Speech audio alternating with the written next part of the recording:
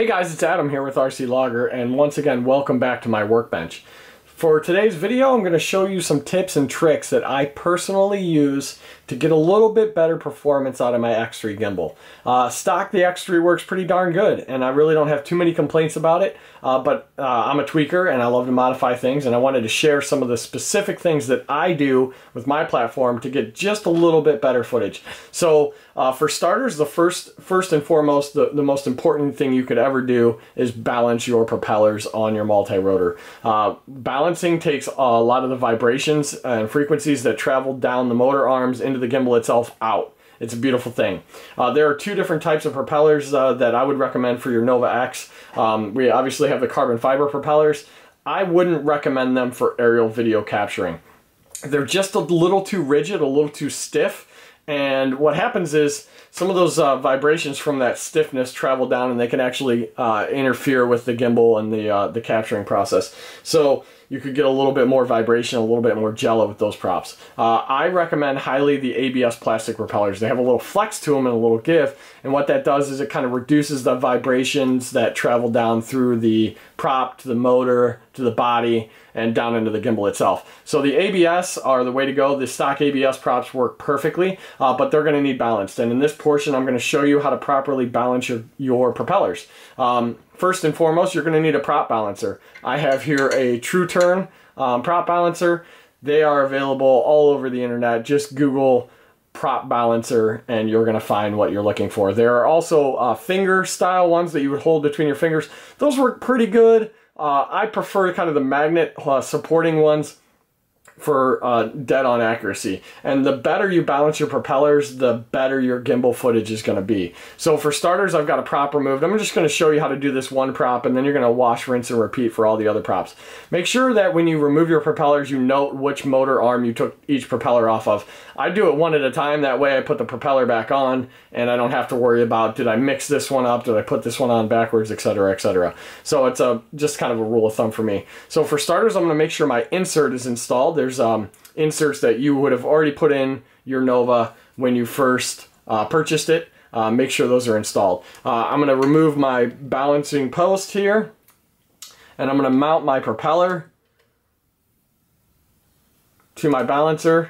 Make sure the hub is in the center, make sure the propeller is in the center of the balancing shaft, and then I'm going to install it and let it clip in. Now, one of the things I do on my prop balancer is I make sure there's a little bit of a gap so you can move this back and forth. If it's bound tight, you won't get a true read. And as you can see, this propeller is out of balance, and I can notice that by letting go of the prop, and the weighted end will always swing to the bottom. So if it's on this side, it doesn't really matter. The weighted end is going to swing to the bottom. What that means is I need to add weight to the light end of the propeller. And the reason I'm doing that versus taking weight off of the weighted end is you will end up with a propeller that would have different lengths in it. And you don't want to do that. You definitely want to keep the lengths from both sides from the center of the shaft. So I know for a fact that this end, the high end, is the light end. And what I'm going to do is I'm going to utilize some Scotch tape. I have a pair of scissors here, and I'm going to tear off a piece of tape, and I'm going to put it on the inside edge of the propeller. So it's going to go here, not on the top edge, but on the inside edge. And I'm going to put my piece of tape on, and I'm going to smooth it out with my hands. Now, I have no idea if my tape is too long or too short, but this is a starting point for me to get a gauge. So now I can put my propeller back on here, and when I let go, now I see that the light end is now heavy. Well, that's fine, because I have some material now I can trim away. So I'm going to grab my X-Acto knife, my hobby knife here. This is a nice little tool to have, and I'm going to trim a little bit of that tape away. As you can see, I have some tape that's overlapping my propeller, so that's probably a good starting point. I'm going to cut a little bit off of here and peel that away. Just a nice slight cut. You don't have to dig in. You don't want to damage the integrity of your propeller. And I'm going to take off, I don't know, I'm just going to make a guess here and say I need to take off this much. And I'm always taking material off from the root and not the tip. So whenever you remove some of this material, start at the root closest to the center hub and move your way out. Just a rule of thumb, it just makes balancing a little bit easier. So I'm going to mount it up again. And it looks like I'm getting pretty close. The prop seems to be sitting pretty well. Let's go this way and check him out. Okay, it's just a little bit heavy still. It's barely dropping down. So I'm just going to take just a little bit more material off. Go ahead and peel it up and out of the way. And mount him back on here. And I would say that's pretty darn good. Yep, I'm pretty happy with that. So now I have a propeller that's perfectly in balance. And when I go back to mounting this propeller on my Nova, I just want to make sure I've got my tape nice and pressed down and I'm good to go. So that's kind of the first trick that I do, is I make sure I balance my propeller completely. And I do that with all 4 propellers. And that is going to instantly increase the quality of the footage that you're getting from your X3. Be right back with the next step. Okay, for my next trick, what I'm going to do is I'm going to show you how I make modifications to the stock landing legs of the Nova X to prevent the feet from getting into the shot of my gimbal footage. Here's what I would recommend. Buy the retract landing gear set. It's plug and play. It's really straightforward. This is kind of the sample unit that they've sent me. You'll get a video on how to utilize these. They're pretty lightweight. And they will get the landing gear completely out of your shot. What happens sometimes is when you're performing yawing shots, the gimbal itself has a beautiful follow function. It lines itself back up straightforward. But if you yaw fast, the landing feet, the front of the landing feet, will actually show up in the shot of the stock mounted landing legs. So what I'm going to show you is kind of a trick that I do to reduce those from coming into the shot. It's still possible to get them in the shot, but this helps a pretty good amount. So first and foremost, what I've done in the past is I've actually removed these feet. Now there's some inherent dangers with doing that.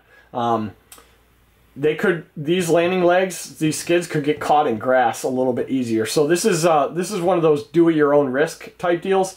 I'm pretty careful when I come in for my landings and takeoffs. I normally try to land on hard surfaces, and when I take off, especially off of hard surfaces, that way these landing feet don't get caught in the grass. So keep that in mind when performing this particular modification. So I'm going to remove these guys for starters, and I'm going to explain why I remove them. I'm actually going to take these landing skids and I'm going to shift them back on this T-joint. And shifting them back is going to remove them from the camera seeing this angle when I'm doing yaws. And what I found that if I leave these landing feet on, the shift, when I move these back here, these particular feet kind of get into the prop wash a little bit and they start reintroducing vibrations to my gimbal, and I'm trying to remove them. So this, to me, kind of makes sense. Again, do this at your own risk. This is just me telling you what I do to get a better shot. So now in the landing skid itself, the T-joint, there's a small Phillips head screw. I've got my handy dandy RC Logger bit set, and I'm going to remove that screw. Now I'm going to shift this foot back, and I'm not sure where I want it yet. What I want to do is I want to make sure I don't compromise the integrity of the Nova when I bring it in for land. If I move this too far back when I bring it in for landing, it'll be really easy to tip things over. So what I'm going to do is I'm going to kind of split the distance, and I'm going to go about 1/3 of the way. And for those of you who want an exact number where I'm going to drill my new hole to reseat, let me grab my handy dandy ruler here. I'm going to drill an offsetting hole 35 millimeters or 3.5 centimeters. For those of you on the English side of things, we're going to do this at 1 1/4 inches from the hole itself to where the new hole is going to be located. There's a number of ways you can do this. What I actually found that works the best for me when drilling a new hole is I get my established mark, maybe like I'll move this, I'll line it up to the center, and I'll put a mark here, and then I will move my landing leg 1 1/4 inches back to a new mark here that I've established, and that will let me know exactly, or I'm sorry, 35 millimeters, exactly where to put my new hole. So I have my handy dandy cordless screw gun. I've got a 1/16 bit in here. It's a small bit. It's perfect for drilling out the new hole to set the new screw in. I've actually already pre-drilled my holes.